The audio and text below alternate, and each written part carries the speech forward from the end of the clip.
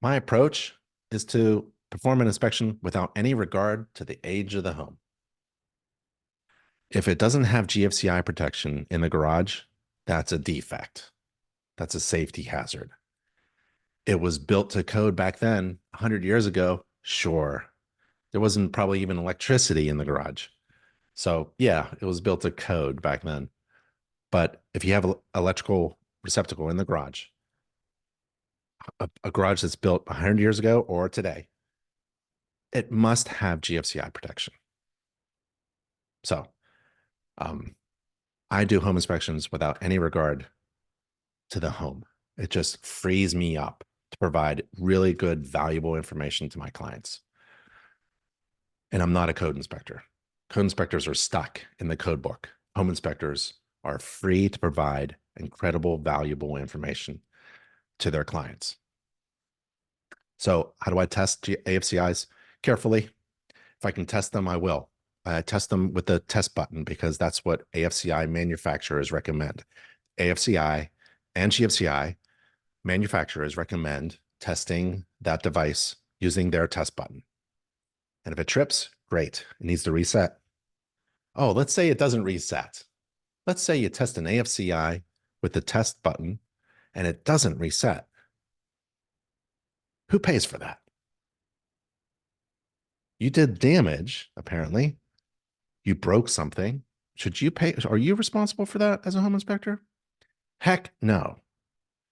If you tested an AFCI breaker in the panel and it doesn't reset, that's fantastic news. That's really good, valuable information for your client, for the current occupant, homeowner, building owner, tenant, renter, and also the buyer coming in. You found something wrong. It's supposed to test and reset. And if it doesn't do either of those things, you didn't break it. That was your job. You found a defect. Take a picture of it and put it in a report. Yeah. So a couple of things there. One, I inspect without any regard to the age of the home. Two, if I break something, that's probably really good, valuable information for my client. I am not paying for, let's say I turn on a dishwasher and it leaks all over the floor. I'm not paying for a new dishwasher. No, I'm expecting a handshake, a pat on the back for doing a great job to find a problem. So being a home inspector is a lot of fun. Code inspectors, I can't imagine being a code inspector, kind of stuck in the code book. But being a home inspector is a lot of fun, finding problems. And we're going to have a ton of fun right now finding problems because we're going to start this webinar. Okay, so good questions, keep them coming. Keep the chats going, keep the questions coming. Do you physically check every smoke detector you see? Yes, absolutely, because it's easy to do. Okay, so let's begin, yeah? Welcome, everybody, to an InterNACHI webinar. We're going to perform a home inspection tonight. My name is Ben Gromicko. I'm from InterNACHI. That's the International Association of Certified Home Inspectors. We're the world's leading organization of residential and commercial property inspectors, and we do free online courses provided by our school, accredited college, internachi.edu. We also do free live interactive webinars open to everybody at nachi.org/webinars. So feel free to join us on a webinar. We're going to inspect this home. If you wanted to follow me, I got a couple social media channels. I throw up short little videos about home inspections. Feel free to follow me. Just go to Instagram, YouTube, or Facebook or Twitter and search for my name, Ben Gromicko. Maybe add InterNACHI to your search, InterNACHI Ben Gromicko. Let's inspect this home. We had about 200 people, 204 last time I looked, half an hour ago, register for this webinar. So thank you for all being here. Feel free to ask questions using the Q&A feature and the chat feature.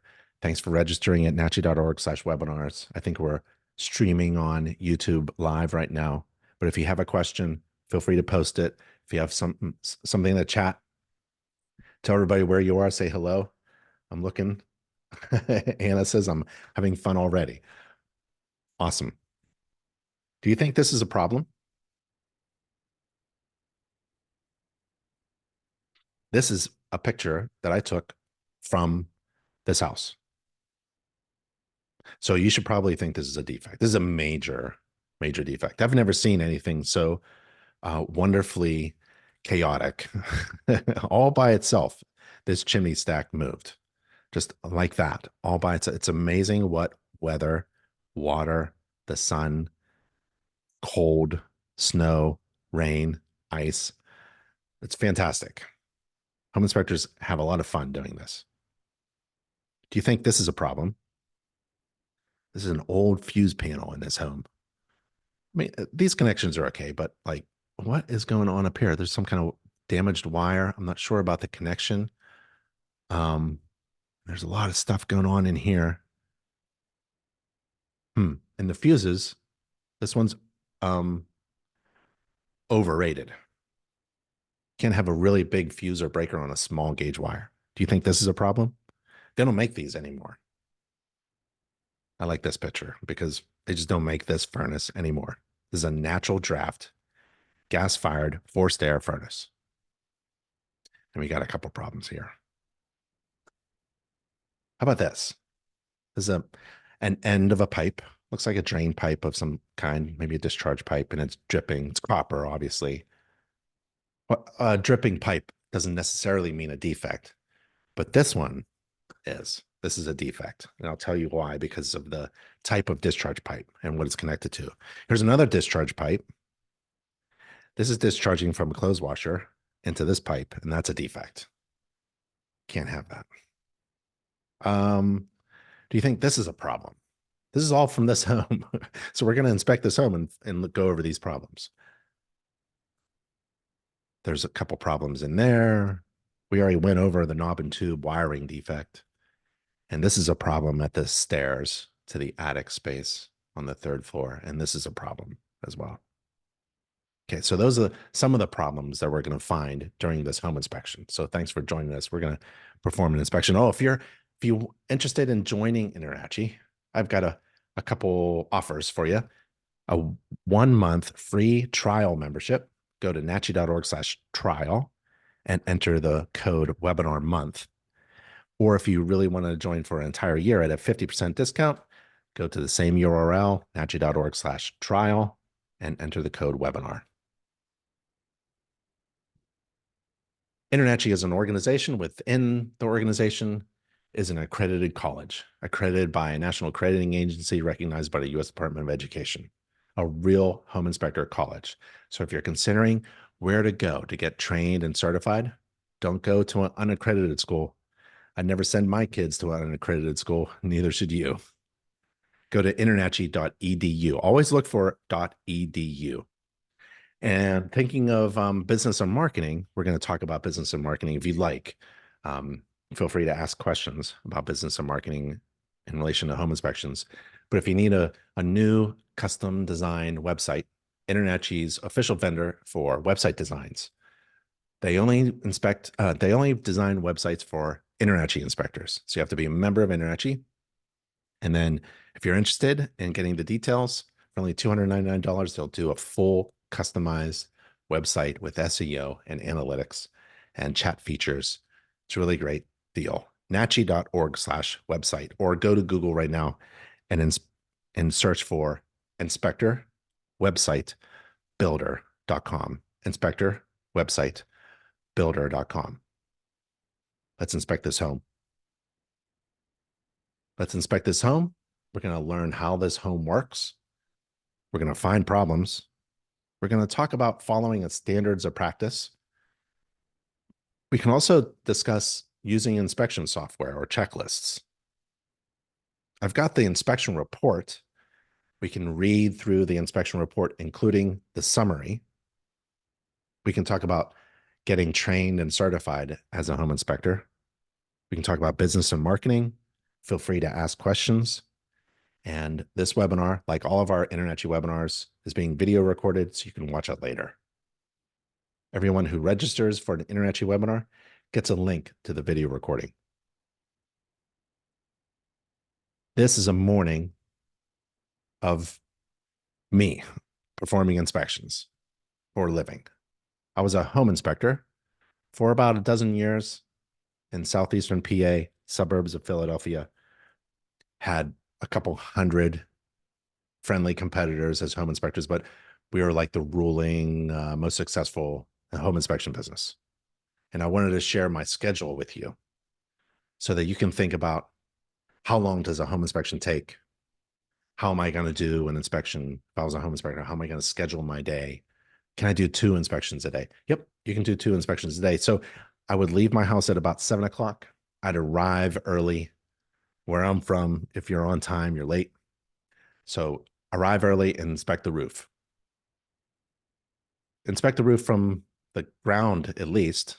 If you have a ladder, if you're trained in ladder safety, we have a course on that. A couple courses on ladder safety. You can use a ladder to get up on the roof. You're not required to walk upon any roof surface, according to the InterNACHI Home Inspection Standards of Practice. So I'll get there early and inspect the roof. And then around 8 o'clock, the official start time of the home inspection, the next home inspection is going to be about 12:30. So I have some time there. Home inspection is going to take about 2.5, 3 hours. I get a lunch break, drive to the next job, and do another inspection before I come home before 5. 8:15, heavy stuff, big systems, difficult, challenging systems. HVAC, the plumbing supply, the drain waste vent, the water heat source, the water heating source, electrical and structure. Those systems there, they take a long time, almost like 2 hours. After that, if I'm in the attic at 10 o'clock, if my inspection started at 8, 2 hours later, no matter where I'm at, if it started at 12:30, 2:30, I'm in the attic. So 2 hours after my start time, I should been in the attic. And usually the attic for me means the very top portion of the unfinished space above the second floor, third floor rooms. And I'm working my way down to finish my inspection. So I have about half hour to an hour left. If I'm in the attic, 2 hours in, I'm happy because I'm managing my time really well. So you just can't do a home inspection and not think about time management. In business, I mean, the general rule in business, in the home inspection business, is like you divide the amount of money you're going to charge for a home inspection, divide it by your time. So if you're going to let's make it simple. If you're going to charge $300 and it takes you 3 hours, $100 an hour is pretty good living. You can make a really good living being a home inspector. And InterNACHI provides you with everything you need to start a business, get trained as a home inspector, get certified, have continuing education, get a license if your state requires it. We have business strategies. We have a business course. We've got a marketing team. All of their work is free. A lot of free membership benefits. Lots of discounts on tools and apparel and vehicles. So one of the things that we teach in the home inspection business and marketing course is time management. You have to manage your time well. No one wants to experience an 8-hour home inspection. So managing your time well is not just really good for you, your client, the building owner, but it's essential and critical for being successful in any business. Manage your resources well, and the most precious resource is your time. I do the other systems. I'm inspecting the interior, the bathrooms. I'm working my way down to the kitchen, really. I'm heading to the kitchen. I do the garage, the laundry. And then about 11 o'clock, 3 hours after the official start time, my client shows up at 8. Around 11 o'clock, we're finishing up. We're reviewing the summary. I use inspection report writing software. At a click of a button, I can make a summary. And then I promise my client within 24 hours, the full report will be available, unless I'm way ahead of my schedule, or I don't have a second inspection to do, or I have some time. about a half an hour, I can pound out the entire report with all the pictures and videos. And then you charge your client right there. We used to tell our clients we like to get paid right after you tell us you're 100% satisfied with the home inspection. They're not satisfied, they don't have to pay us. That's a pretty good deal, pretty good guarantee, right? I mean, if my client is not satisfied after 3.5 hours of inspecting, I'm doing something wrong and I want to know about it. And I'm going to fix it right then and there. It never happened. And so we got paid right then and there. Nowadays, I would ask for a Google review.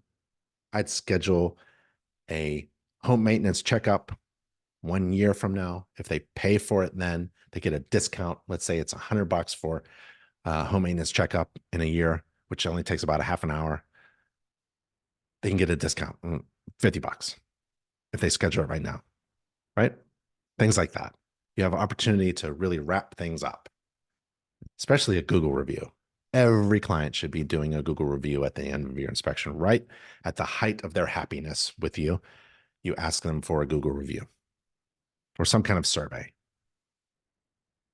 All home inspections, all great home inspections are based upon the standards of practice. It is the foundation upon which you build a great inspection service.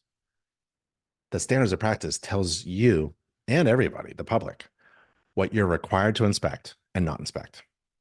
That's such great information.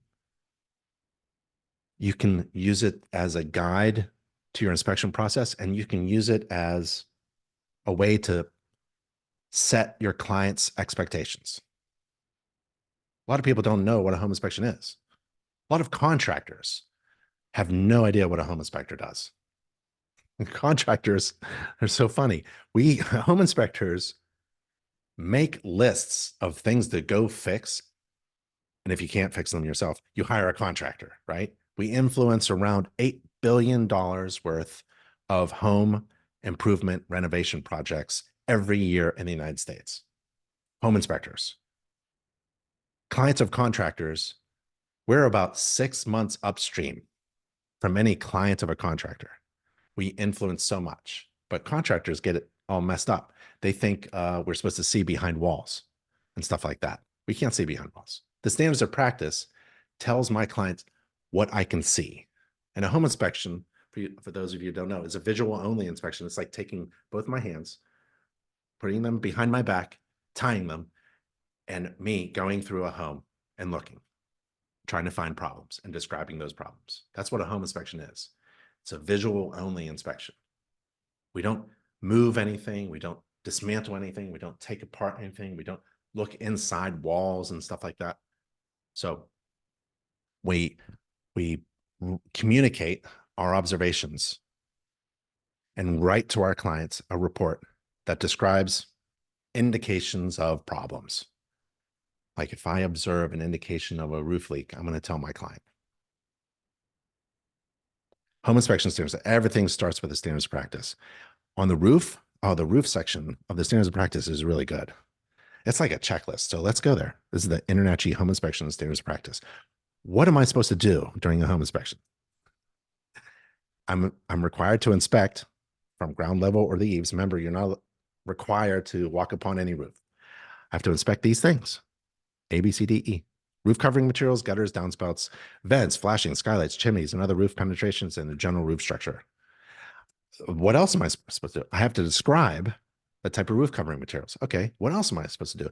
I have to report as a need of correction, most important thing, active roof leaks. Observed indications of active roof leaks. Okay, so let's go back. Here's the roof. Remember, I get there early, start on the roof. I'm up on the roof. Remember, you're not required to walk upon the roof. I do. It was part of my brand. My brand, the thing that distinguishes me from other home inspectors.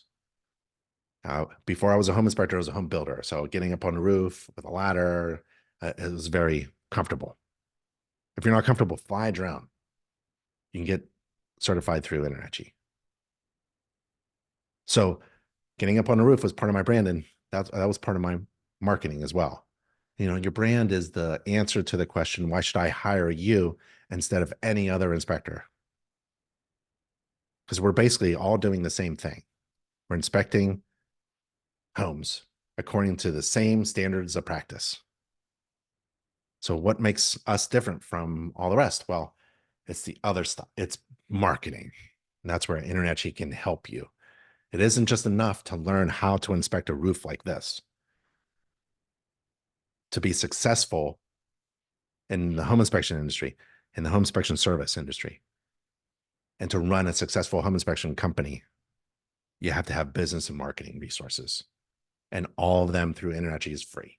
You can join a group and they talk about stuff, have conversations about business and things like that, operations and marketing, services and strategies.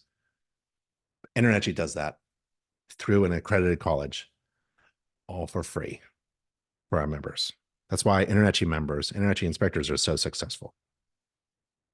I love this shot. This is a marketing, this is a money shot, right? This describes with 1,000 words, right? A picture's worth 1,000 words. What I'm doing for my clients. I'm getting up there close and I'm touching the roof.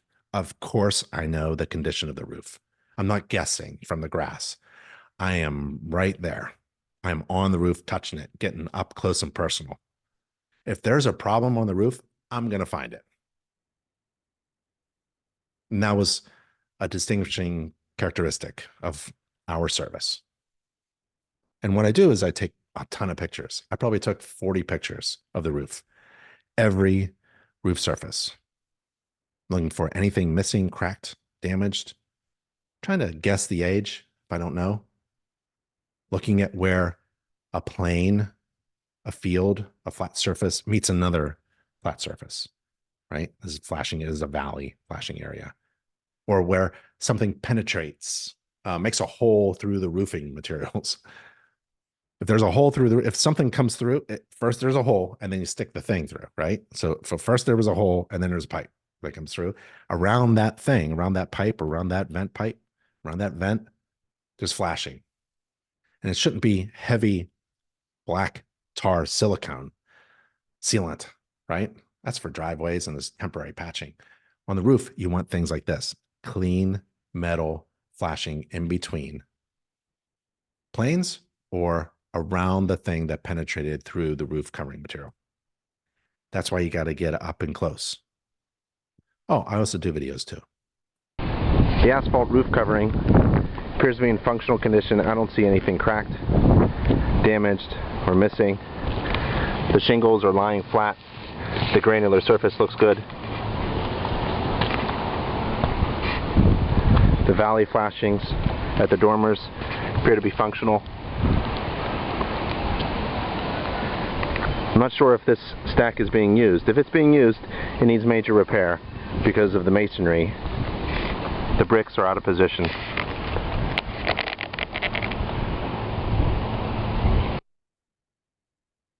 Little video. It's a while back. Low quality, right? Let's see. Do I have another video here? The mortar joints are weathered and missing. And the chimney is very wide, so it needs a cricket or saddle flashing. The chimney on the front right side appears to be newer. The exterior brick looks great. 2 flues. I guess this one's for the fireplace. The flashing looks great, well sealed. And I use video because I want to impress my client. I wish my client was up there, right? I don't allow anybody to come up on the roof with me. So when I come down and meet my client for the first time in the driveway, right, at about 8 o'clock, they pull in, shake hands, first impressions,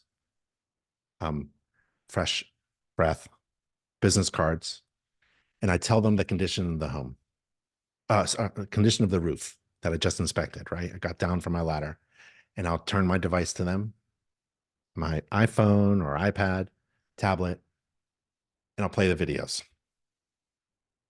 Every time I play videos from a roof inspection for my clients who didn't have to go up on the roof with me, they're just shocked and so pleasantly surprised.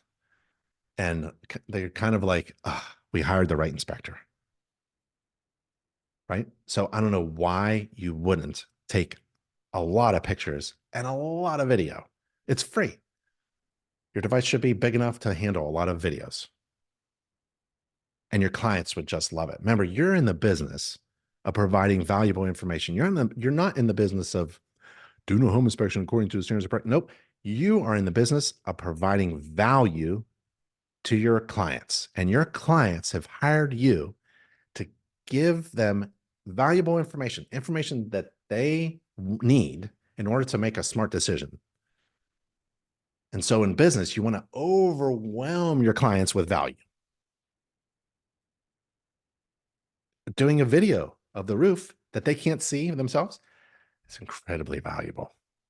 Oh, we could just increase our fees like nuts, because every time you add value, you should get paid for it, right?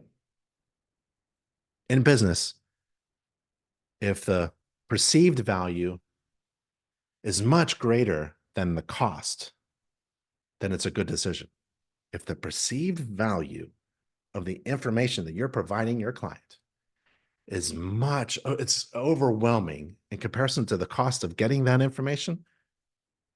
If the value of that information is in the thousands of dollars, like I just showed you, that chimney stack is messed up, right? That is a multi-thousand-dollar defect that maybe no one knows about, because from the ground, 40 feet away, it looks okay.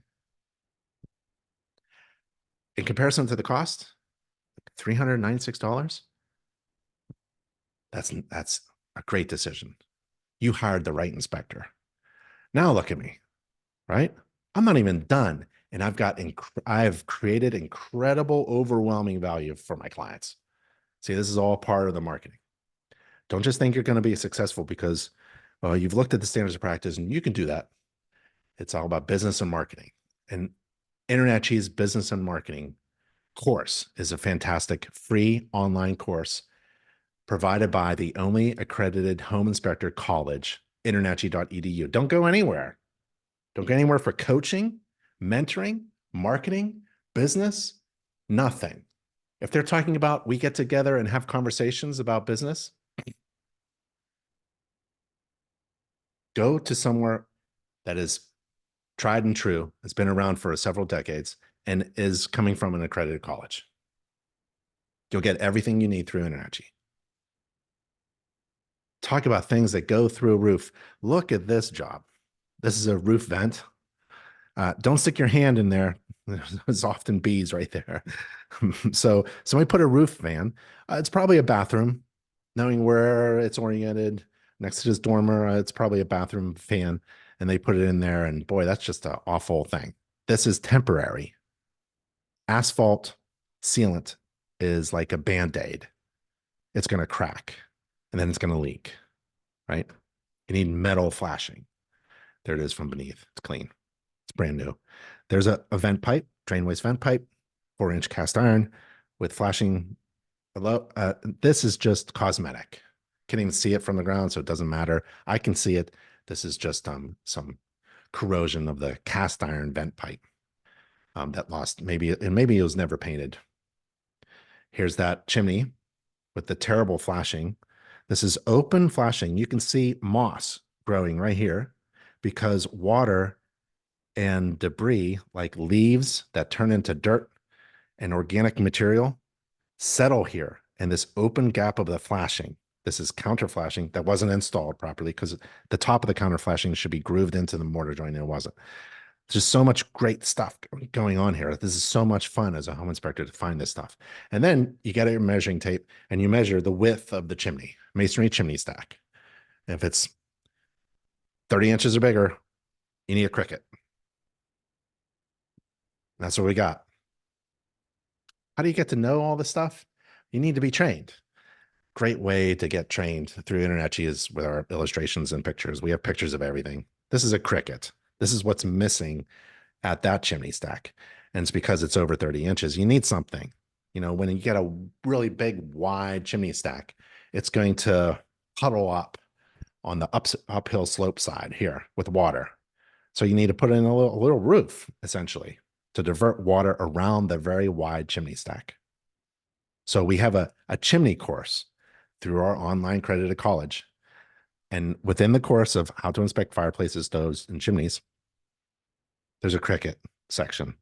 If the chimney has a dimensional parallel, if the chimney has a dimension parallel to the ridgeline, greater than 30 inches and doesn't intersect the ridgeline, a chimney cricket must be provided.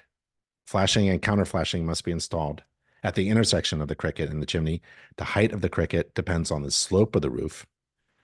The lower the slope, the shorter the cricket height. That's really cool. And bam, there's a good picture. And this brick here actually pushed it back on the roof. This was just like that at that angle. So it was about to fall. If it falls, it's going to put a hole probably through the asphalt shingles. This is a lot of fun for a home inspector. A lot of fun for me to inspect this stuff. And when I come down off my ladder, I'm not even I'm not frowning. I'm not getting my clients all flustered about a major problem. All I'm doing as a home inspector is telling the story. I'm telling the story, assuming that my client has found their dream home and they're going to move in no matter what I say. So I'm going to tell them the actual condition of the chimney. I'm going to describe the chimney condition. I'm going to tell them the implications of not fixing what I observed as problems. And I'm going to tell them who should fix it, like a chimney expert, chimney sweep. We need a mason. They're going to probably want to tear a lot down and build it all up. It's going to be a while to fix this. Can't fix it with black tar sealant. And even if the chimney is not used, they're going to abandon the chimney. It has to be fixed because it's falling apart. And pieces of heavy masonry are falling on the roof. Here's a newer chimney stack that they installed, or maybe it was an older one and they rebuilt it, right? And I'm not even sure because I haven't been in the home yet. I'm early, I'm on the roof, and I'm just trying to figure out what's coming through the roof system. And this chimney stack is penetrating the roof, and I see two flues. One looks like a fireplace because it has a fire screen around it, and this one could be for the heating system, and that's probably what's going on. And it looks in great shape. The cap looks good. I like to see a little drip overhang, but that's okay. The flashing is tight. This is the proper way to install flashing. The flashing is bent into the brick mortar joint. It's sealed just for added protection, but you can eliminate that if you wanted to because it's masonry and metal intersecting with the asphalt shingle roof. This is really tight. This is really great. Kind of strange. The counter flashing should have been on top of this one. So that's okay. So this flashing, I think they just added more to it or something. I'm not sure, but it looks great. I'm pretty happy with it. I can take a shot with my camera down the flue. As a home inspector, I'm not required to inspect the interior flue liner, which is what this is. But if it's open and I got my camera, I'm going to take a picture. If I see a hole, if I observe indications of a defect of the interior flue liner with my eyes or camera, I'm going to tell my client. Just because I'm following the standards of practice doesn't mean I have to make it a limitation. I'm permitted to exceed the standards of practice because the standards of practice is a minimum. In fact, my clients probably expect me to exceed the standards of practice. For example, the home inspection standards of practice doesn't have the word flashlight in it. So if you use a flashlight as a home inspector, you're exceeding the standards of practice. Okay. While I'm on a roof of the house, I take a look at the other structures on the property, and there's the garage. And that garage roof looks in really good shape. There are other things that I look at while I'm on the ladder coming down from the roof, the top roof, and I see we probably don't have central air conditioning. We have window units. There's the electrical line, overhead service electrical conductors, drip loop. the connection point, service entrance cable. I'm coming down. There's the chimney stack detail. There's my ladder. And there's another roof, a smaller roof on a side. I'm sorry, the front porch, I believe. This is the front porch. I see flashing. Anywhere where the roof intersects anything else, I want to see metal flashing or good flashing of a material that's approved. So it looks good. Windows, I'm not required to inspect every window because it's impossible. I'm required to inspect a representative number of windows, especially from the outside. I can't be moving my ladder around the entire house and looking at every window from the outside, right? But while I'm inside in the bedroom, I'll probably take a look at the windows or a representative number. Here's a side roof. This is above the kitchen. I don't know that yet, but here's the 2 skylights. Wherever the roof plane, field, surface intersects with the house, I want flashing. This is great, metal flashing, but the gutter is filling up with debris and spilling over. But this is, look at all the black tar. That's a temporary patchwork kind of workmanship. And the flashing here is a little loose. The roof isn't really sloped a lot. I can measure the slope of the roof, but right here feels like it's a little. So I'm going to take a look at these skylights from inside, see how well they're performing. Skylights are notorious leakers. They love to leak water. In fact, I tell my clients, even if the roof is in great shape, right after I leave, the next rain, it could leak. Home inspectors can't predict failures or things that are going to break. Home inspection is not a guarantee or a warranty of any kind. We can't predict future events like roof leaks. Every roof, if left go, is going to leak all by itself. And I don't know when. Nobody does. But I can see problems that might need to be fixed in order to prevent that from happening. And here's one here. This flashing was installed maybe into the groove of the mortar joint, but man, it was just gooped up with a lot of mortar. And then the fasteners, the masonry fasteners, it probably just threw in some masonry nails there. I'm not sure what's going on here, but it's unreliable, I would say. I know that because Internet has a gallery of inspection images on how to properly install flashing, where the roof meets a wall. And that's not it. It's more like this, like we saw around the chimney stack. Remember? That was done really well. And that's not done really well. So I'm going to tell my client just to keep an eye on things. I use the word monitor that area. Here's another The roof covering over the garage appears to be newer and functional. There you go. Short and sweet.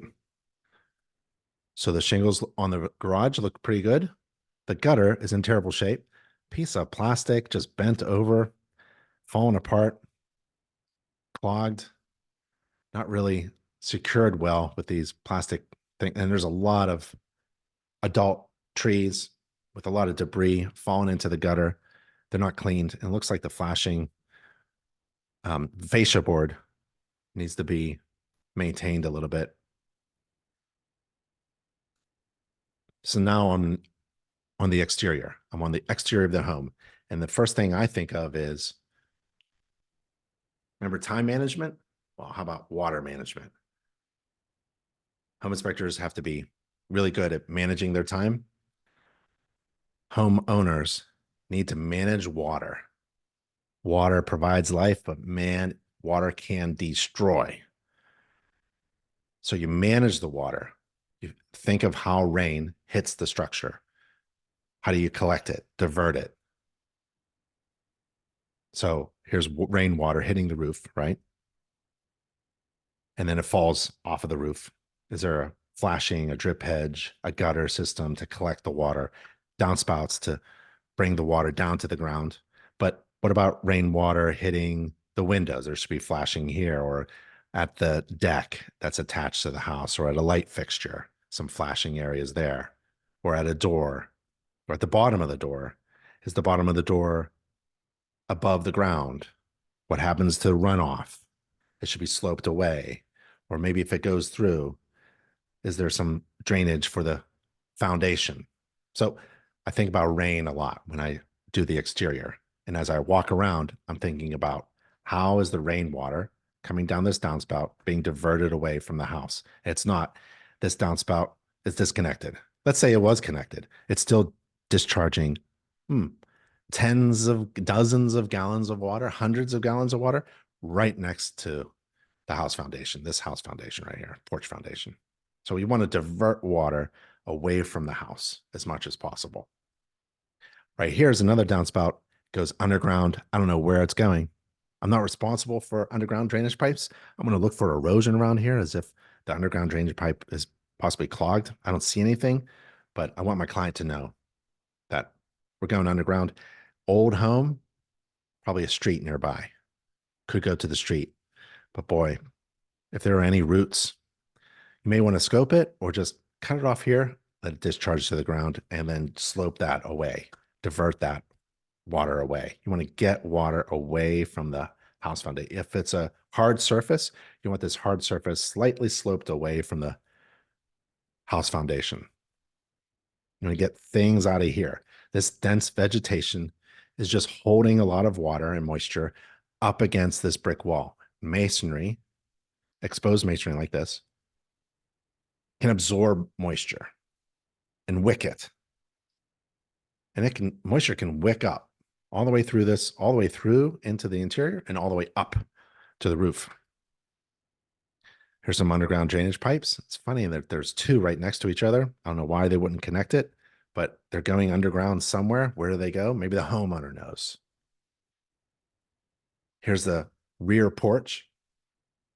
I want to go underneath the rear porch, but this lattice structure is a restriction. There are inspection restrictions. I can't see everything, but what I can see, I'm going to inspect.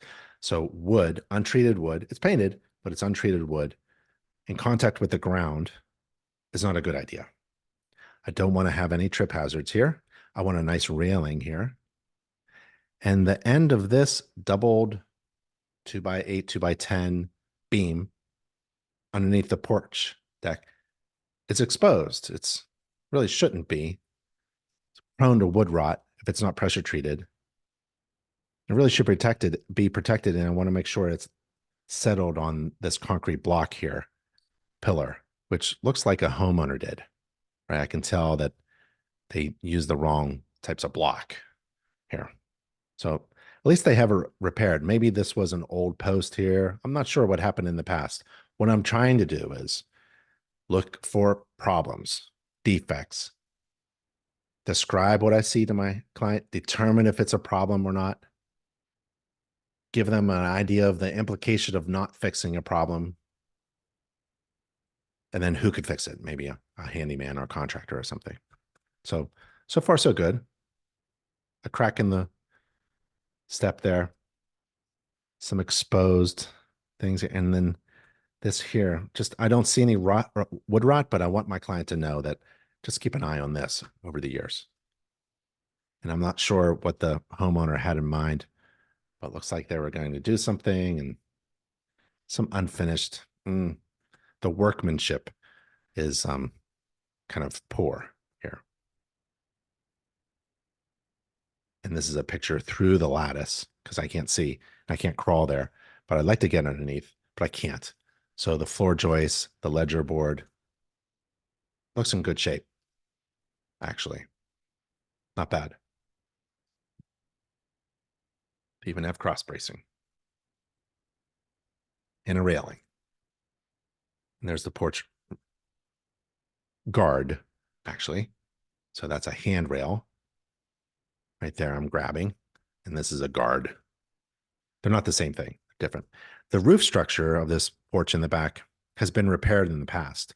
You can see this large 4x4 beam, but only some of the roof beams are supported. Maybe something was rotten here and they removed it, replaced it with something. Something was painted white and the other one wasn't. There's been some repairs. I just want to have my client who's walking around with me see what I see and then we'll put it in the report as something to just monitor or maybe ask questions, because you can see some things have been replaced, and the fastening here isn't really proper. I'm not sure why they would put it there, and it's kind of missing the beam here. So I think a homeowner probably did this work. Here's a guard here. And, you should know some basic measurements about guards. And with Internet, you get these awesome illustrations that you can learn from, and also in our courses. And also you can download these illustrations to help boost the information, the valuable information in your inspection reports. So as an Internet member, you have access to all these illustrations, thousands of illustrations like this. You pick and choose what makes sense to you. And we want a railing to be a certain height. And we don't want things to fall through the guards like a small child. So this is code, actually, right? This is something within the International Residential Code or building code or local building code. This has to be a certain height. Can't have more than 4 inches of space in between the spindles, 6 inches here. The space in between the guardrail posts, minimum of 30 inches. If you have a deck that's lower than that, you don't need a guard. If you have something that's higher than that, you need a guard. And that's all code. But again, home inspectors are not code inspectors. But all of InterNACHI's courses are based upon building standards, best practices, inspection processes, and code. So you are essentially learning building code when you become an InterNACHI certified home inspector, because you want to know certain things, right? You don't need to put this in the report, and you certainly don't want to start quoting code, but you want to know if this railing, if this guard, I do it all the time, if this guard is high enough, or is it too low? Maybe it was built to code back then, 50 years ago. Maybe. But if it's unsafe right now, I'm putting it in the report as my home inspector, as a home inspector.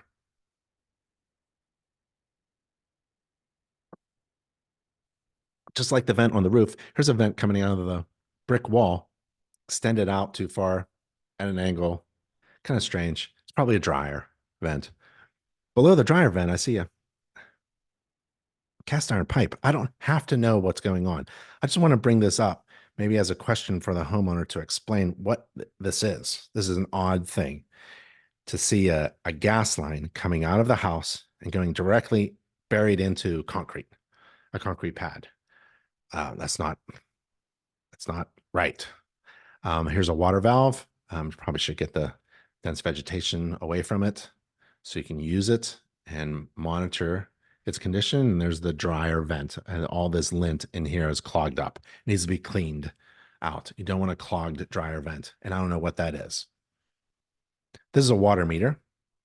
So we'll see the water meter on the inside, and hose bibs. I'm not sure why they call them bibs. They're hose faucets or spigots on the outside of the house, and they should be frost free so they don't freeze in the wintertime. The house is made out of brick masonry. It's in really great shape. The windows are wooden windows. Some of them are capped with aluminum. That's great. This is a terrible picture of a radon mitigation system. There's a radon fan, exhaust pipe, and I'm not a home. I wasn't hired to do a radon test at this home, but I'm a home inspector, and I know that this radon system has to meet modern code in order for it to be safe and functioning well.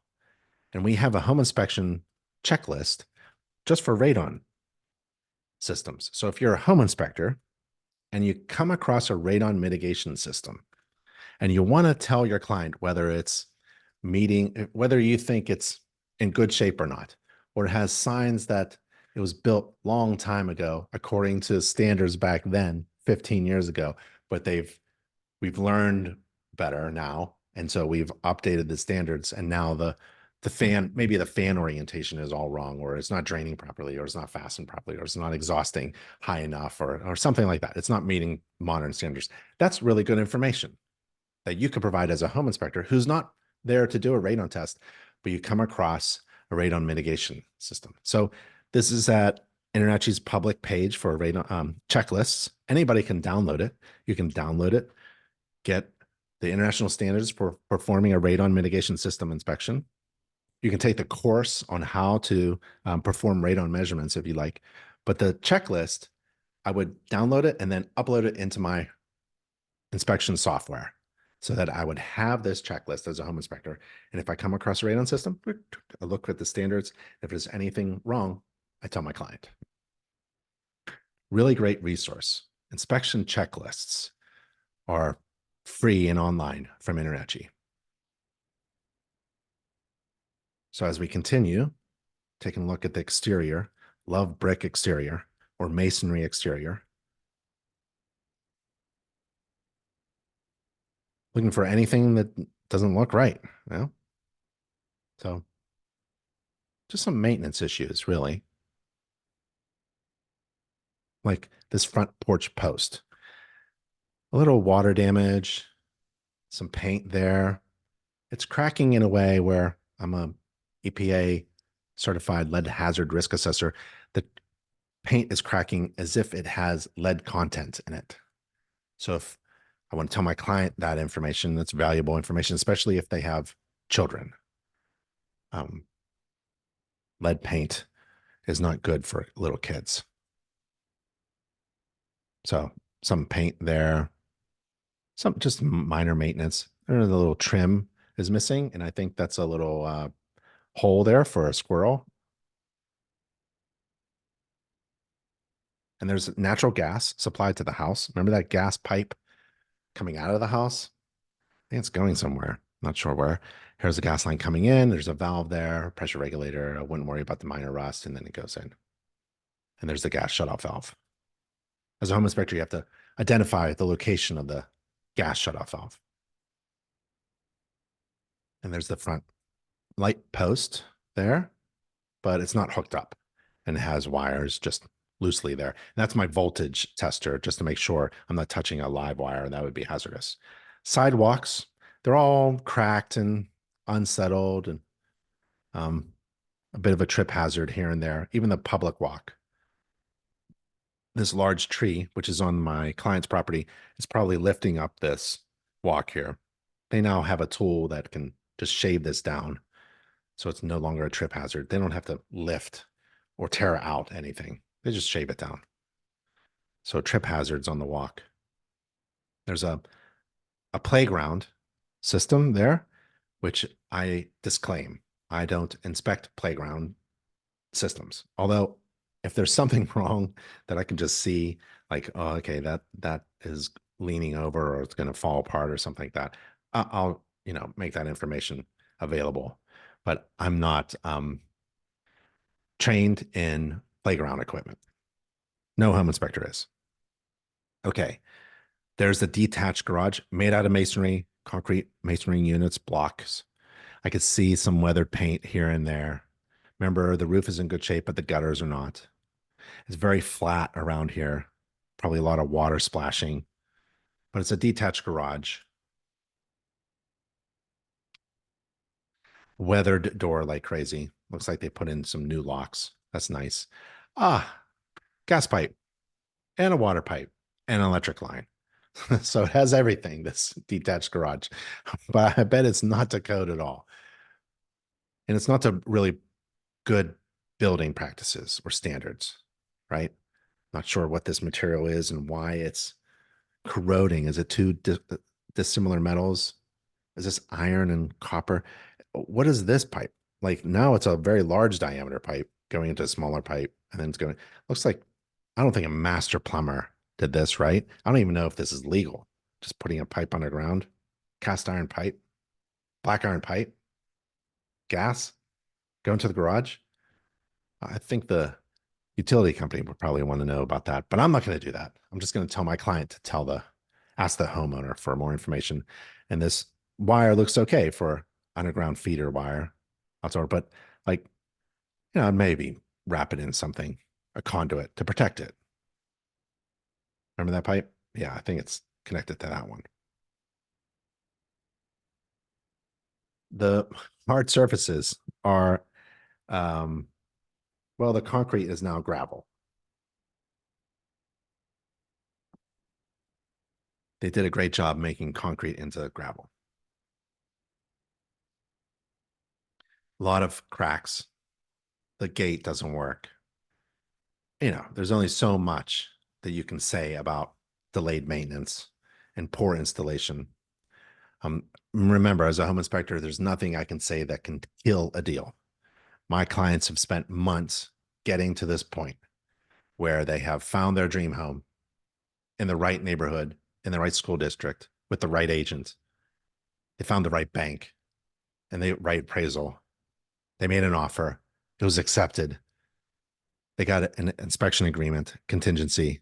And now I'm there just to tell them more information, hopefully overwhelmingly valuable information to a person who has fallen in love with this house. And there's nothing I can say really to change their mind.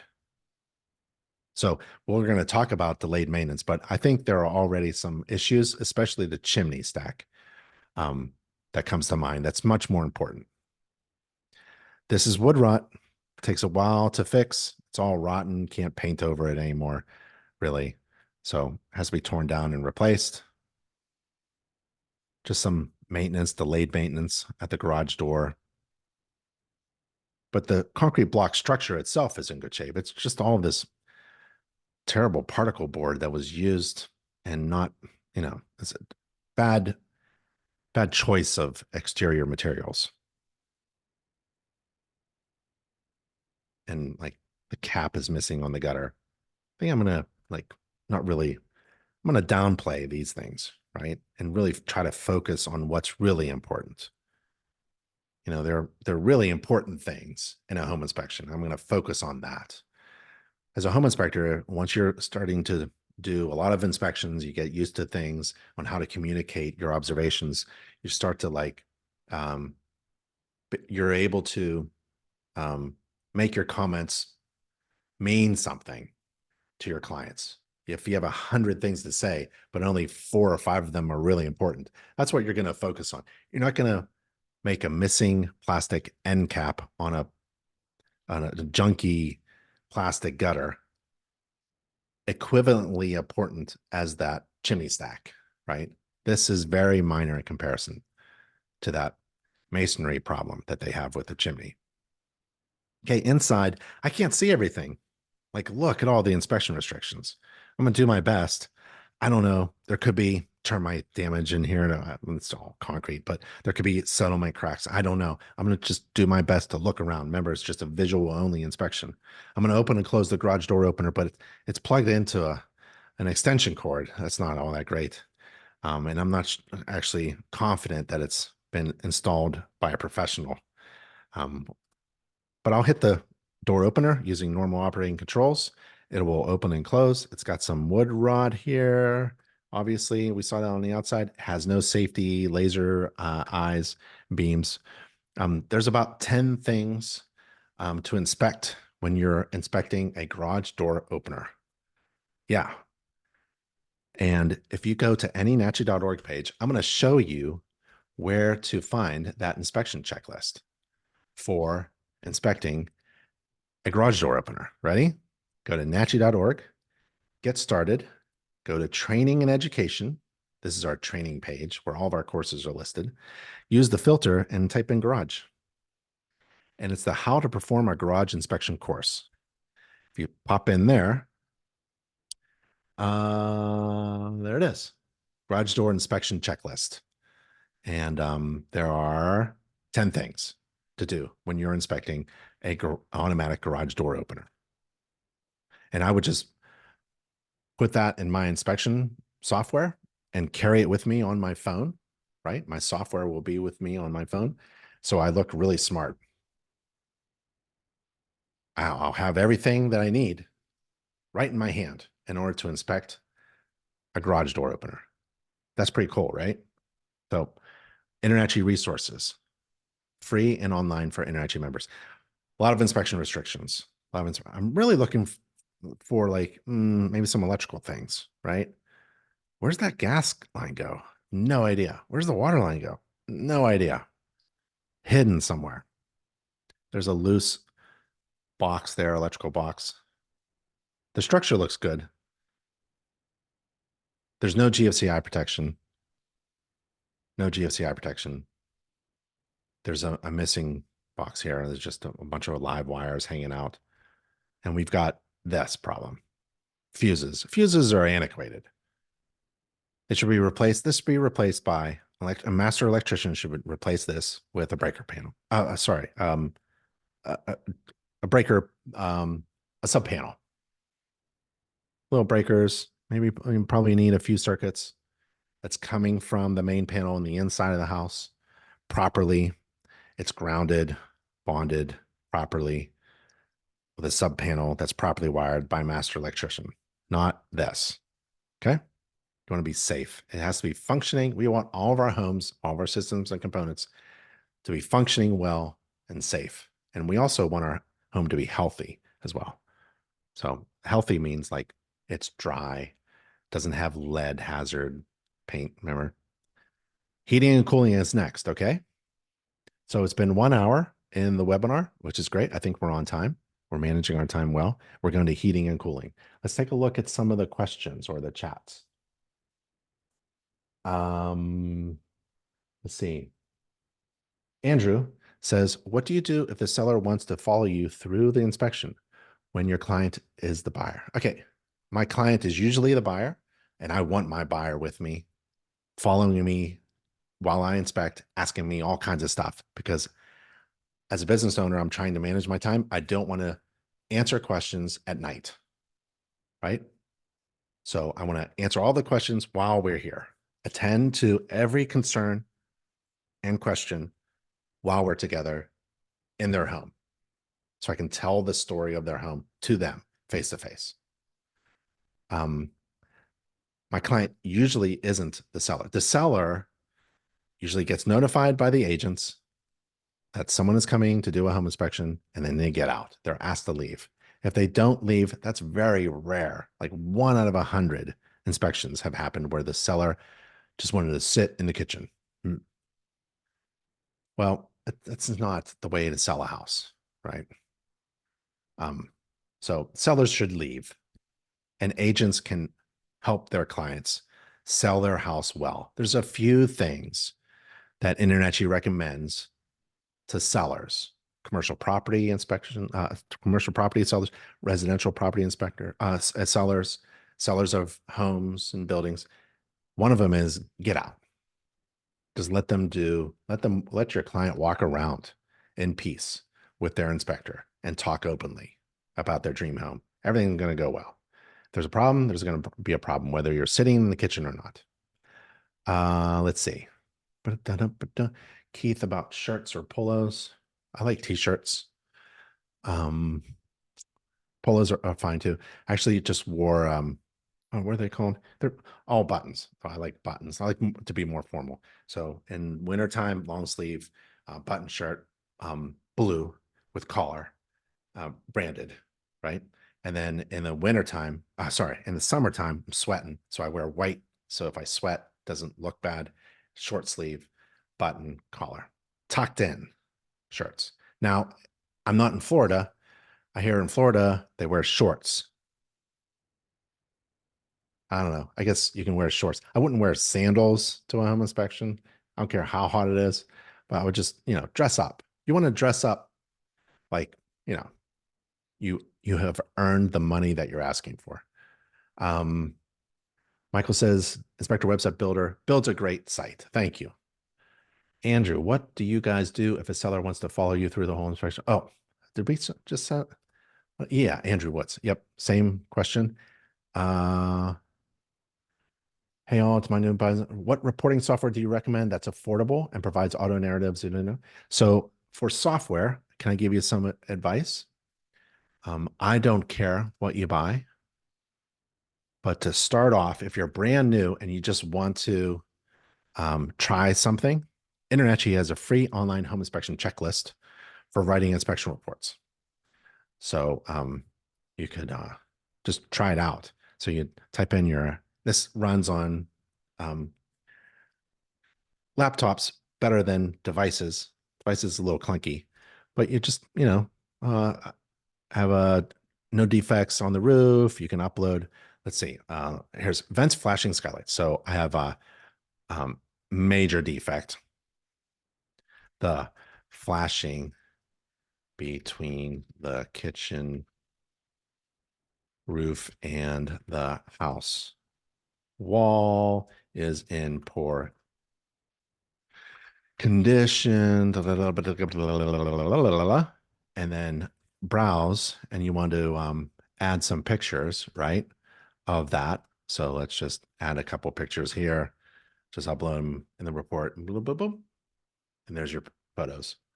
And then you print it out, right? So it's kind of like a checklist that's really for people learning how to write an inspection report. I wouldn't use it for any clients. But if you wanted software for your clients, I would go to this URL, nachi.org/everything. nachi.org/everything. You have to type that URL, nachi.org/everything. And to get software, that's step number 3. You click it and you get to a link that provides software, right? So it's right there. Inspection report writing software. Get special pricing exclusive to InterNACHI members, and you click that link. Santa messed up the chimney. Yeah, that guy needs to stop doing what he's doing. Could you talk a little bit about conflict of interest when providing home inspections and other services to the client? Is providing repair services for material defects observed really only the conflict of interest? No. So there's a code of ethics that prevents a home inspector from offering to repair stuff that you inspected in the home that you just inspected, unless a year has passed, 12 months. So what you want to do is not screw up that. You want to support the idea that home inspectors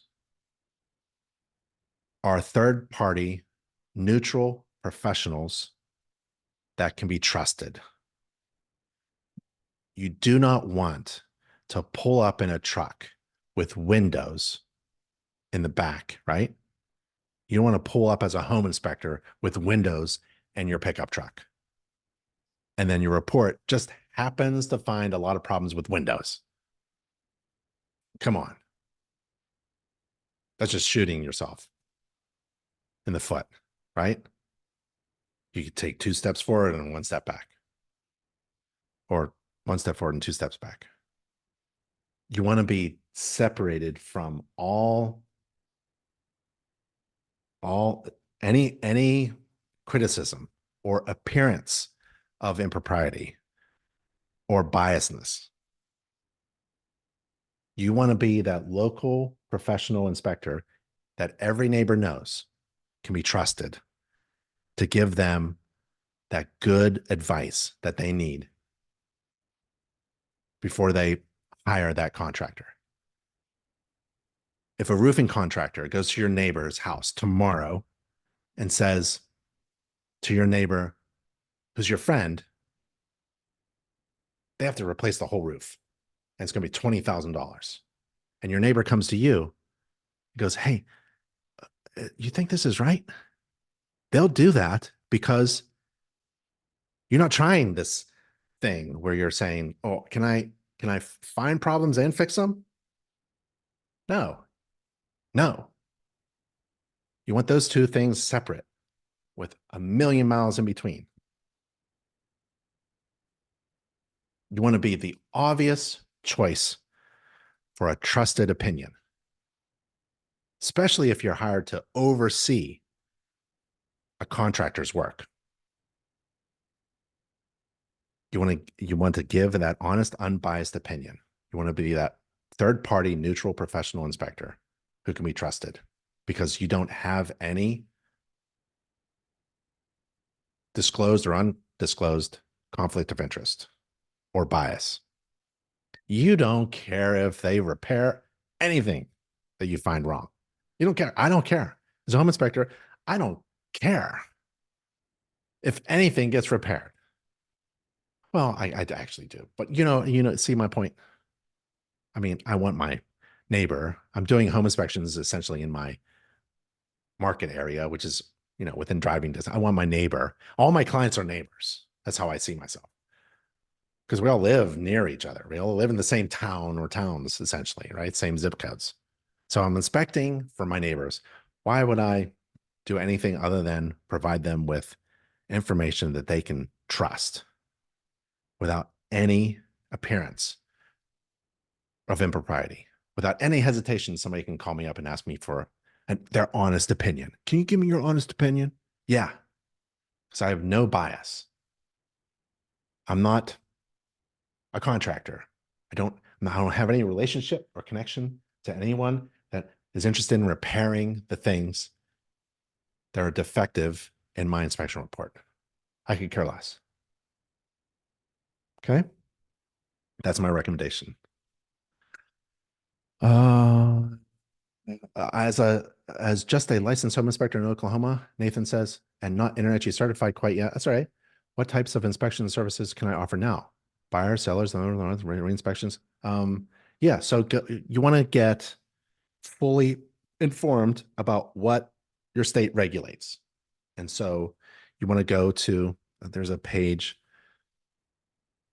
within every InterNACHI dashboard, but let's see if, yeah, I can just go, let's see, it's here.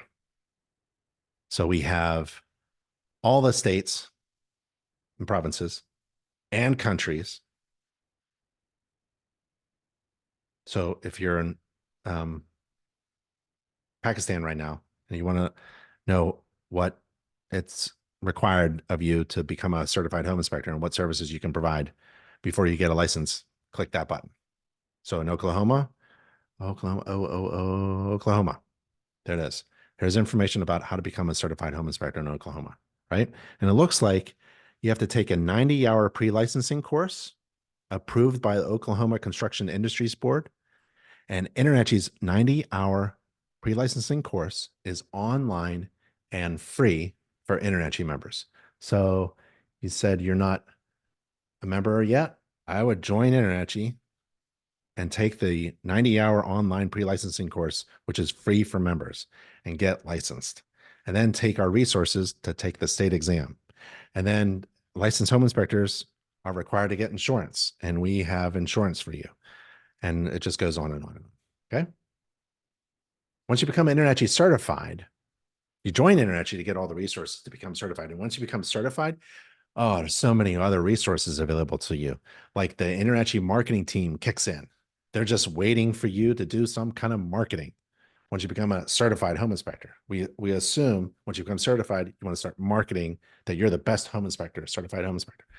So our marketing team, 7 highly professional business consultants, mentors, designers, illustrators, they're waiting for you, and they're going to help you with your marketing.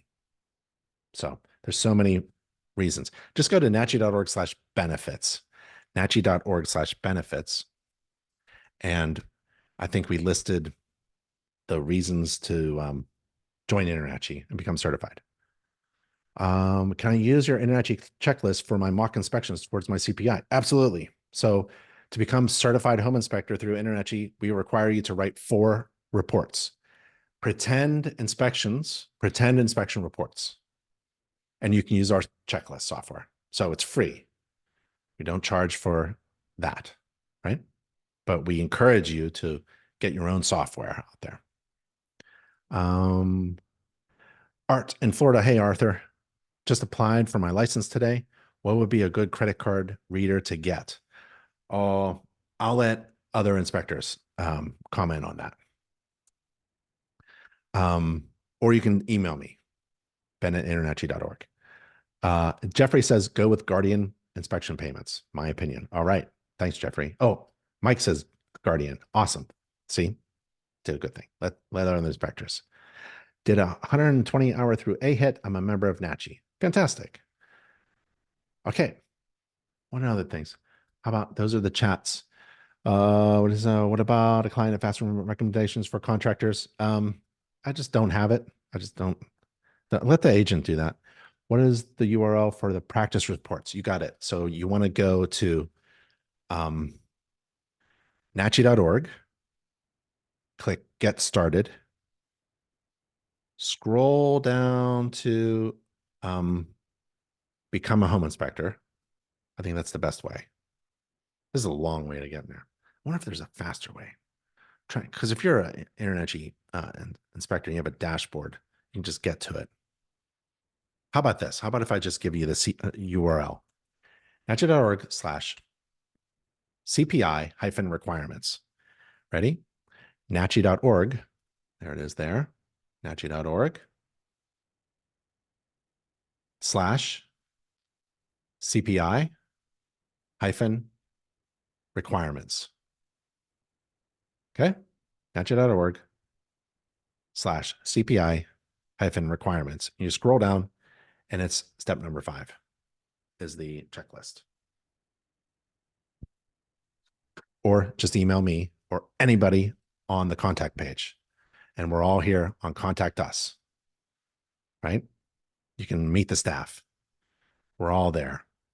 We're all there to help you succeed. So just email anybody or me directly, ben@internachi.org, and we'll help you, okay? You have about 30 people who work full-time at Internachi helping you succeed. So take advantage of 30 people who work for you. If you need anything in your business, you have 30 people who work for you. See? Yeah. Cool. All right.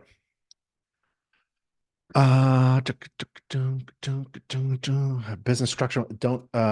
Yeah, LLC. A lot of people structure their business, home inspection business, as an LLC, but get a business attorney and a CPA to help you out. A local business attorney. Heating and cooling. Okay, I think we've got 40 minutes left, so let's kind of go through this system and get to the inspection report and the summary and wrap this up. Okay. Remember this is a natural draft. They don't make these anymore. Natural draft gas-fired furnace. It's really cool. So cold air returns here through an air filter. Oh, it's kind of a odd air filtering. So here's the gas line, shut-off valve. Oh, no drip leg. Pilot light. Natural draft goes in here. Combustion air goes in here. Natural draft goes in here, and the vent pipe up through the chimney. So there's the burners there. Natural draft shut-off switch for service. Gas shut off. It doesn't have a sediment trap. This is a defect. Is it a code violation? I don't know. I'm a home inspector, but I am going to refer to code if I need to clarify something with a contractor. But I'm not going to put code in my inspection report. What I'm going to say is something like this. So if you go to 2024 International Residential Code, IRC, they make IRC, International Code Council. It's fantastic because they put their code online, open to the public. You can read it yourself. And here's what a sediment trap looks like. It's supposed to come down into a T and then, have a trap here to trap some sediment. That's why they call it sediment trap. And that's not what we have here. We're missing that. And if you wanted to see it illustrated, to put an illustration that's doesn't have copyright, because that's International Code Council's illustration, you can use this as an illustration for your inspection reports. Take the door cover off of the blower. There's the blower fan there. To get to the air filter, there's 2 air filters. It's very strange. It filters here and it filters there. They don't make them anymore like this. Thank goodness. Some close-up shots. They're all blurry. Sorry about that. There's the vent pipe going up to the chimney stack, entering the chimney stack there. Take a picture of the model number and the manufacturing number and the service. If the system hasn't been serviced and cleaned within the past year, 12 months, I put that as a recommendation. There was maybe a humidifier installed here. I don't know, but there's the control. And then there's the old style humidifier here. That is an old one. Water supply line. It drains a lot of water and it goes in this system, into a condensate pump. Drains in here and it pumps out. Hopefully it discharges outside, but we'll take a look at that. Plumbing section is next in the home inspection standards of practice. There's the main water coming into the house. I think of water coming in and then drain going out. through a shutoff valve. You have to identify where the shutoff valve is. I put my hand on every pipe fitting if I can, or valve. And if it's wet to the touch, then we have a problem with the water leak. There's a water meter there, and there's a shutoff valve there. Expansion tank is installed. That's kind of nice. And then newer pipes. I remember seeing cast iron on the roof, and now this is PVC. So some work was done with the plumbing, the drain waste vent pipe, at least in the basement that I see. So that's nice. Kind of, I can trust that. But the other things, like the cast iron pipes and all this copper stuff that's behind the walls that I can't get to, I don't know what's going on here. Was this where the laundry was? What is this? Why is this restricted here? Why is there a trap here? Where's the vent? I don't know what's going on here. So some old plumbing. Here's the clothes washer discharge. It is clamped to a 1/2 inch diameter. I thought it was supply. I thought it was a supply line. It's a drain line. That's not going to work for various reasons. Here's another one where that condensate pump discharges into this is duct taped and electrical taped into the drain pipe. So here it is here. We've got the clothes washer here discharging and the condensate pump discharging here. And this is just all messed up. It's no good for a bunch of reasons. Water heating equipment. Water heating equipment, or water heater, is any appliance that heats potable water and supplies it to the potable hot water distribution system of the building. And I like to refer to code.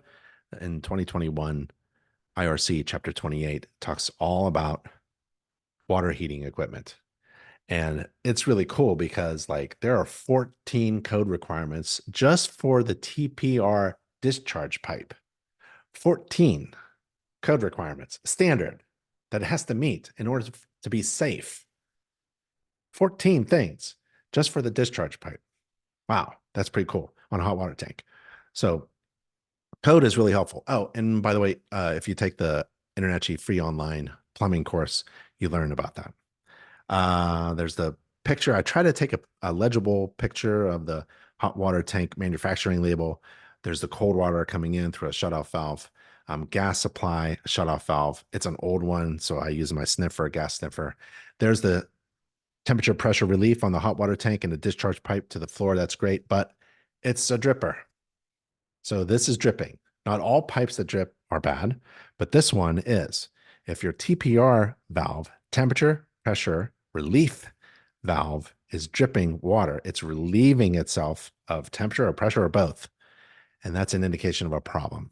It's not that bad of a problem right now, but maybe it discharges tonight all over the floor, or maybe it doesn't, and it has excessive pressure built up inside the tank. Boom. So any TPR valve that is leaking on the floor, that's a defect. So when I find this stuff, I just say, here is a problem, and it has to be fixed. It has to be fixed by the seller or by you when you move in. I'm addressing my client. I'm just telling the story. I'm not telling a horror movie story. I'm telling the story of the house. And the house has some opportunities for fixing things. I hate it when this is a flue connection pipe. I hate it when somebody puts a hole in a flue connection pipe. This is like a strap that's holding up something. I guess it's holding up this pipe, but really, like when you put a hole in a flue and you don't seal it like that, like the seams are supposed to be sealed. This is supposed to be airtight.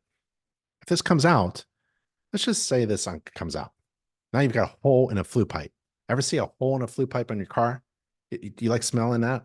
Think you can breathe that? No, this ain't that big. It's not as big as a car exhaust pipe, but it's still the same idea. What you want is everything sealed and tight on a flue pipe coming out of a gas-fired heating system. Basement foundation, crawl space, and structure, that's part of the standards of practice. There's the basement there, it's masonry, probably stone, brick, or something like that. I'm just looking for water penetration. Looks like this is really cool. They left the brick part of the, I believe this is stone and this is going to be brick, and they left the brick part exposed so that you could see the original structure. I thought that was kind of cool. Here's the radon fan. So the radon system, there's the gauge, right? And remember the radon fan on the outside? You can inspect these components of the radon mitigation system using InterNACHI's checklist for your client. There's a bathroom down there. Doesn't look very good. Looks like it's had a lot of problems, even like mold or something.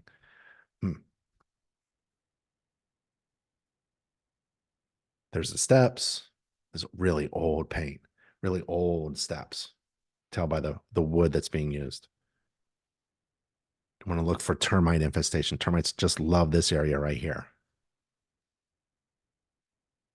Old floor joists, newer wiring. That's nice. Some newer fixtures, some disconnected plumbing pipes. That's a little concern. Where's the support for all these plumbing pipes? This is a cast iron pipe. This is a copper pipe. What kind of fitting is that? Where there's a drain of only, what is that, 3/4 of an inch into a, what is draining here? What would be draining into this from the kitchen, bathroom, something? Not sure. It's kind of an odd thing to see. A lot of wiring hanging out all over the place. But I'm looking at the structure, the floor structure, making sure there aren't any like bored holes in the middle third of a span. A lot of strange electrical wiring. Now, newer wiring, right? Great. This is great. But what is all this? And this is an extension cord going somewhere, plugging into something, the refrigerator or dishwasher or something. I don't know. Lots of extension cords, plugs, a lot of things hanging, a lot of things loose. This is, I would say, I would use the term poor workmanship and then define what that means, not professionally done, therefore it may not be 100% reliable. Ask for permits for work like this, or ask who installed, like what is supporting this pipe here? I don't understand. What is that, a support pipe support? It's oddly, I think it just fell off actually, because it's supposed to look like this. What's all this lint doing here? Was a dryer down here, directed down here? So it's really neat to just use your observation and figure out what is going on and try to find the problem, the heart of the problem. And a lot of it on an old home is that there have been a lot of homeowners who have done their own handiwork. Doesn't happen that often with a newer home, but on an older home, this becomes a lot of fun. Just trying to figure all this out within a limited amount of time that a home inspection is afforded. Electrical. On the outside, when we were doing the electrical exterior inspection, we saw the electrical line. Remember that? When I was coming down my ladder, we saw that. Here's the electric service line, service entrance cable into the meter, and then the service entrance cable into the panel downstairs, and it goes into the panel downstairs through that hole there. This should be sealed well, and some older mortar joints. That's all right. And there's the panel. And there's a restriction to the panel. Accessing the panel should be open. There should be a few feet in front of it, a few feet on the left and right. The code says 30 inches, 36 inches, and certain height. But really, you want to, in the middle of the night, if you need to turn off the electricity in an emergency, this is going to get in the way. So really, just for safety, it's a really nice work table, but it's in the wrong place. Can't be in front of an electrical panel. And all these loosely hanging electrical wires that are connected to junction boxes are just hazardous. You can't have live wires just hanging all over the place. So it's 100 amps. That's what the one finger means. So it's really maxed out. I'm not surprised that we don't have central air. It's probably not enough. If you're going to put in central air, you're going to have to get probably 200 amps, 150, 200 amps to the panel, upgrade the panel. All kinds of different kind of wiring going on here. Same here.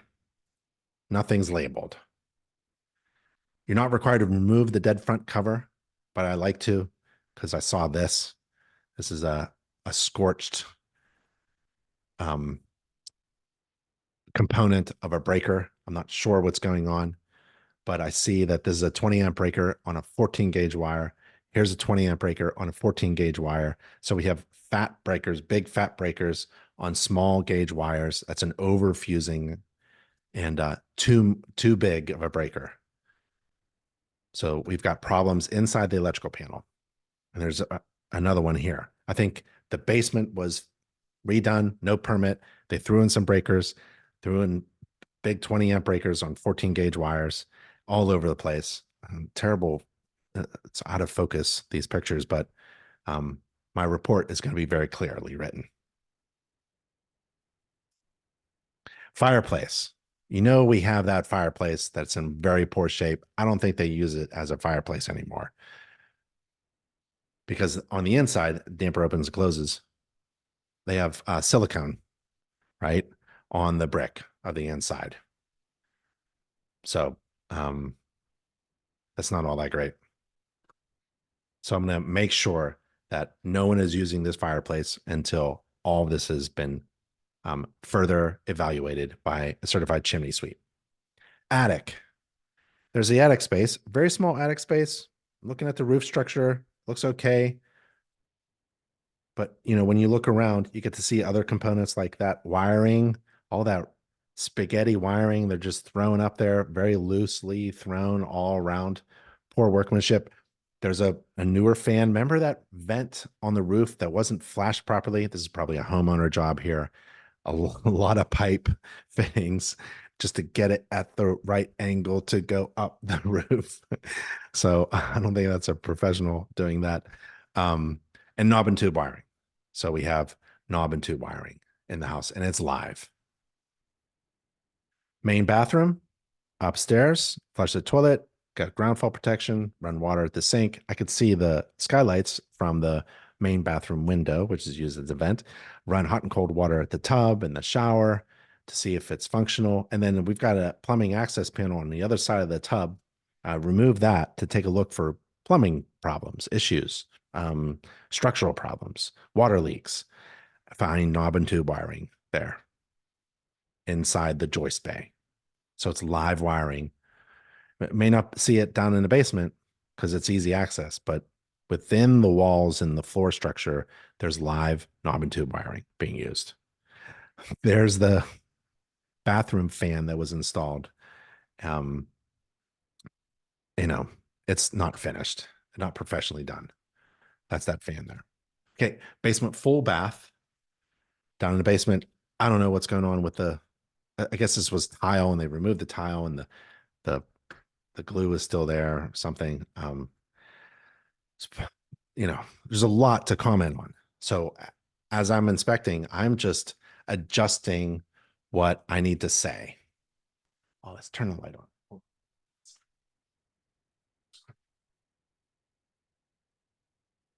you see me better? There we go. So this cosmetic stuff is really just cosmetic in relation to the major problems that we're finding. That's why I love it when my client is with me, because they can hear, you read and hear differently. So my report, I want them to understand what I've written before I write it, right? So I wouldn't be too concerned about the things like this stuff. I mean, this is a shower, it's functional, but man, is it nasty. I mean, it just wasn't installed well. They just put some plastic sheeting here that gooped a lot of silicone. And this is a concrete base, which is really nice. I'd save this, right? But I'd just remove all this stuff that's holding all this moisture and mold. Really gross. Laundry. Remember that vent pipe on the outside? It was pushed out to, it's because it's not installed properly, right? I mean, this thing can go back and forth and is twisted on the outside, right? You need GFCI protection now.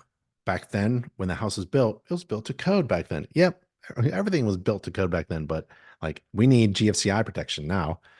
Hot and cold water, shutoff valve, that's nice. Here's the gas line to the gas dryer. It was also electric.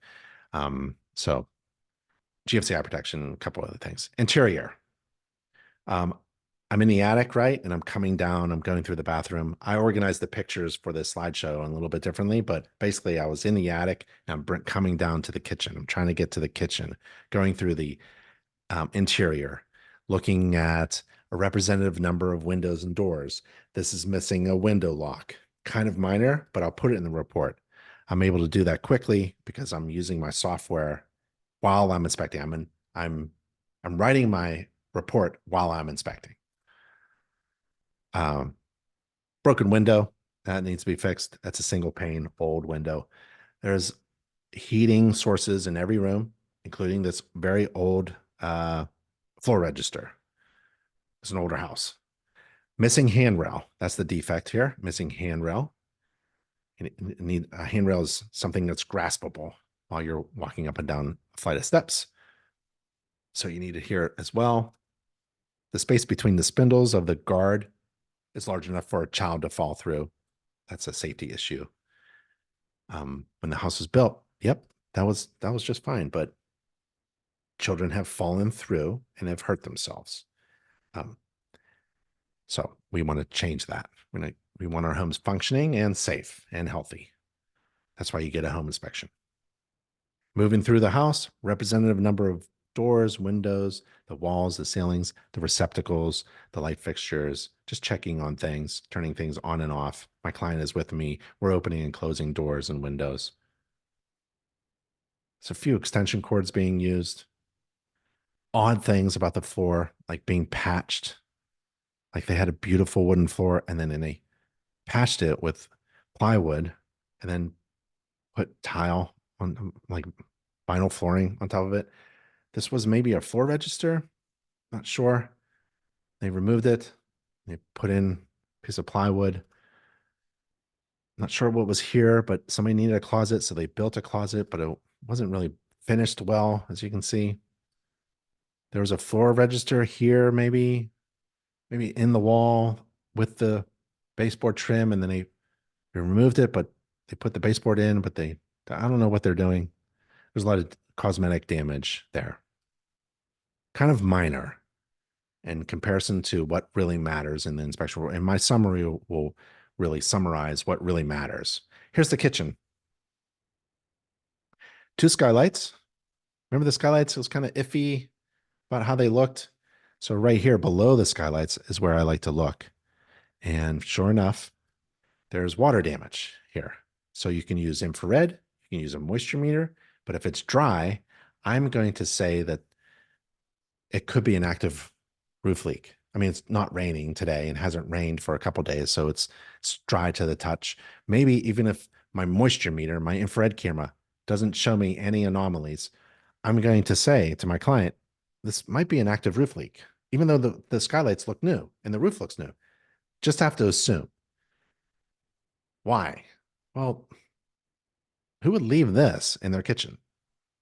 Especially when they know that a home inspection is about to come, right? And on the other skylight, there's water damage here as well. So I'll just leave that to my client to handle. I'm writing what I observe and telling my client, I'm describing the problems that I find. This is just below the skylight. And telling them what would happen if you don't fix the potential roof leak and who should fix it, right? Kitchen sink, garbage disposal, turns on and off with the switch there. Need GFCI protection. It is protected. All the receptacles on the counter and in the kitchen are GFCI protected. And the gas stove that needs a anti-tip device. The gas stove and the oven, it doesn't have a vent going outside. It's nice to have a gas stove with a vent that terminates outside. All mechanical vents in a home should be terminating outside. And that includes kitchen, bathroom, and laundry. And the dishwasher. I'll run the dishwasher a short cycle and see what happens. My inspection report summary. Here it is. In the summary, I tell my client that don't read the summary. I tell my client where I think it's here somewhere. There may be items in the full report that are not listed in the summary, right? Do not rely on this summary. If you're going to negotiate over defects that were discovered during the inspection, don't rely on just this summary. You want to use the full report.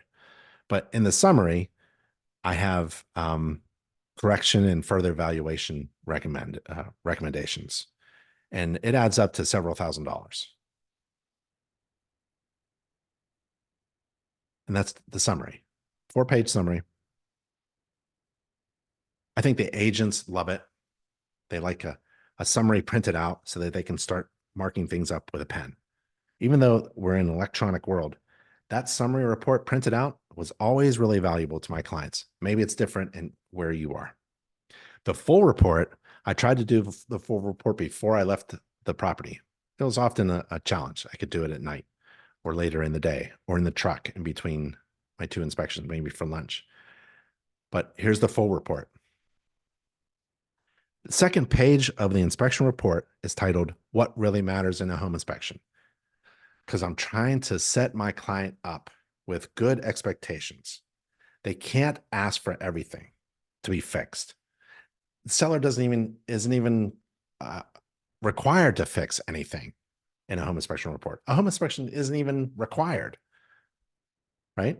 This is just valuable information so that my client can make smart decisions. So I'm trying to help them focus on what really matters. And there's really 4 things that really matter during a home inspection.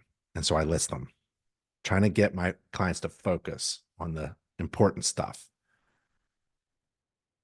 Some introductory comments talking about the scope and how to be concise in my report by using monitoring recommended, improvement and repair recommended, correction recommended, and how I describe defects. There are 4 different types of defects, from cosmetic that we don't care about to major material defects that are going to hurt somebody. Here are the pictures in my inspection report. And my inspection report follows my inspection process. So the first thing in the inspection report will be something like the roof or the chimney, something up there, and then the exterior, and then the systems, just the way I did my inspection. So there's like a nice natural flow. In fact, I think the standards of practice starts with the roof, right? So the standards of practice starts with the roof. My report, my inspection process starts with the roof. My report starts with the roof. And here's the chimney that penetrates the roof. And the way I handle my inspection process is I think of systems and components. Components are the small parts of a system. So I inspect the system from afar, like the exterior. I look at it from afar, and then I move closer. I look at the roof from afar, and then I move closer to the components. I look at the chimney from afar, and then I move closer to the components. I even touch each component. And you'll see my hand in a lot of pictures where I'm touching the component of the thing that I'm describing in the report. So there are the pictures of that chimney stack. That was so much fun to inspect. It's very wide, has a lot of problems. There's the asphalt shingles. I put good pictures in the report, not just filled with problems, because I want to actually show this off to agents who are reading my report. The seller's agent is going to read this inspection report. I'm going to make them read the inspection report so that they can see, this is a pretty good inspection. The seller's going to read the report for sure. Hopefully their agent. There's the exterior and the exterior components, right? I kind of missed the pictures on this page. I'm not sure why. And then cooling, there's no cooling. Plumbing, there's pictures of the plumbing. We saw these pictures. There's the hot water tank. There's the TPR valve that's dripping. There's the electric, an electric meter. What's wrong with the electric? Lots of odd wiring, labeling, and there's knob and tube. And overfusing. Lots of overfusing and scorching inside the electrical panel. And there's that old fuse box in the garage. Heating, very old system. Just because it's old doesn't mean it's defective, but it is old. It's not reliable, right? It should be cleaned and inspected every year, and it has been cleaned and inspected in many years. So maybe that will trigger a conversation to replace the system, or at least budget for a new system quickly.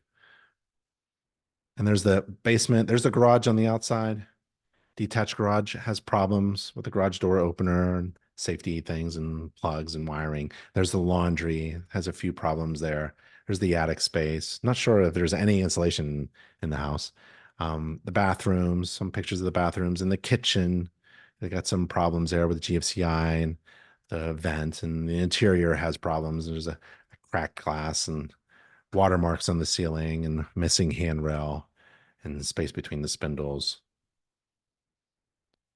And there's a standards of practice summary. Like, I want my client to understand that there's a standards of practice, but I make them agree that they have read the inspection report and the standards of practice and the code of ethics.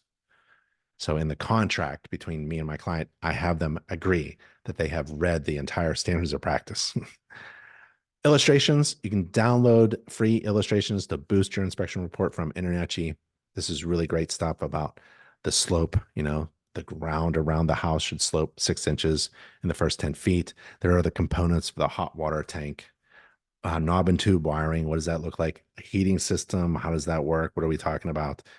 Old drum humidifier components there, and there's the space between the spindles and the railing and all that stuff. So illustrations really boost an inspection report, make it really professional looking. And all of InterNACHI's illustrations, there are thousands of them, are available to InterNACHI members for free. And that's what we did. We inspected that house. Let's see. What are the questions here? Let's see. Most inspection software vendors have payments integrated in the software. Yep, some don't though. Looking for the structure of my business proper anyway. Yep. Start with a CPA and a business attorney. You probably will say something about an LLC. All the strange things that we found, like all that weird basement wiring and random pipe straps. How do you get written up as a defect? Man, it's tough. It's tough. So how do you write things up? I would steal report narratives. Oh, nachi.org slash, is it nachi.org/ everything? How am I gonna direct it? You're just gonna have to email me. What sample? Okay, we have a page of sample home inspection reports. And these are home inspection reports written by InterNACHI certified professional inspectors and certified master inspectors. And you are permitted to download the reports and use them to improve your own, which means like you go into Jim Crum's home inspection report, and Jim Crum writes really well home inspection reports, and you like the way he said this, you can just copy paste it into yours. I wouldn't do that directly, but I would use what Jim says about the water softener, right? In your inspection report, but put it in your language. So this is another resource for you. Talking about how to write reports, look at master inspector reports and compare them with yours, right? We also have a report writing class. We have several of them. We have other home inspection report resources. We have commercial inspection reports. I actually did a webinar as well. So if you go to InterNACHI webinars, nachi.org/webinars, and search for narratives, you can watch a video recording of a live webinar we did, how to write your own inspection report narratives. That's a really good resource about writing reports that are really written well in your language that provide incredible, overwhelming value to your clients. Let's see. Good question, Keith. Joel, when performing inspections, do you typically look at systems, roof exterior in entirety, then focus on areas of the house and look at other systems and areas and update those as you go through the house, or just trying to walk through it all at one time? My inspection process starts with the standards of practice. And standards of practice is basically systems and components within those systems. You start with that, or InterNACHI's basic checklist that we went over. That's a really great starting point. And then just keep adding to the things where you exceed the standards of practice. The word kitchen is not in the home inspection standards of practice, but you are definitely going to inspect the kitchen. So I would put a chapter, a section called kitchen in my inspection report software, and all the components in that, all the appliances. How do you inspect kitchen appliances? InterNACHI has a free online inspect appliances course. You go to our education page, type in appliance. It's such a great course, actually. And it says appliance inspection for home inspectors course. And this will show you how to inspect every system, every component in the kitchen that's an appliance Like here they are: dishwasher, food waste disposer, range, exhaust hood, electric range, stove, cooking oven, a microwave oven, trash compactor, refrigerator, mechanical exhaust and bathroom heater, garage door operator, doorbell and chimes, and dryer vent. So kitchen's in there plus other appliances. Um, Jeffrey says, good training. Thank you. Could you email me a final draft of the inspection? I'd love to learn how to. Jeff, you're going to have to email me. Just email me and I'll reply back. It's so much easier that way. HUD asks, does InterNACHI provide the online training for sewer scope inspections? Yes. You want to go to nachi.org/certification, nachi.org/certification, and scroll down to sewer, or Command F or Control F, find sewer scope inspection. So certified sewer scope inspection. So you want to get hands-on training or online training. You can also contact the instructor, Jim Crum, his son, Michael, and Mike is fantastic. They can help you with that. Any comments, questions? That's it. Awesome. That was fun. That was a lot of fun. I had a lot of fun. Hey, remember all these contact URLs. We're all working for you. nachi.org/contact. Register for the next webinar. If you can't make it, just register. You get the link to the video recording to watch later. nachi.org/webinars. To find everything that we went over, nachi.org/everything. To get a really great customized website with SEO, nachi.org/website.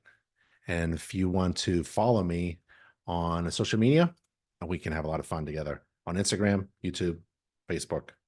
Just search InterNACHI Ben Gromicko. That was fun. Thank you for inspecting this house with me. Stay safe and healthy, everybody. And I'll see you on the next InterNACHI webinar. Bye, everybody.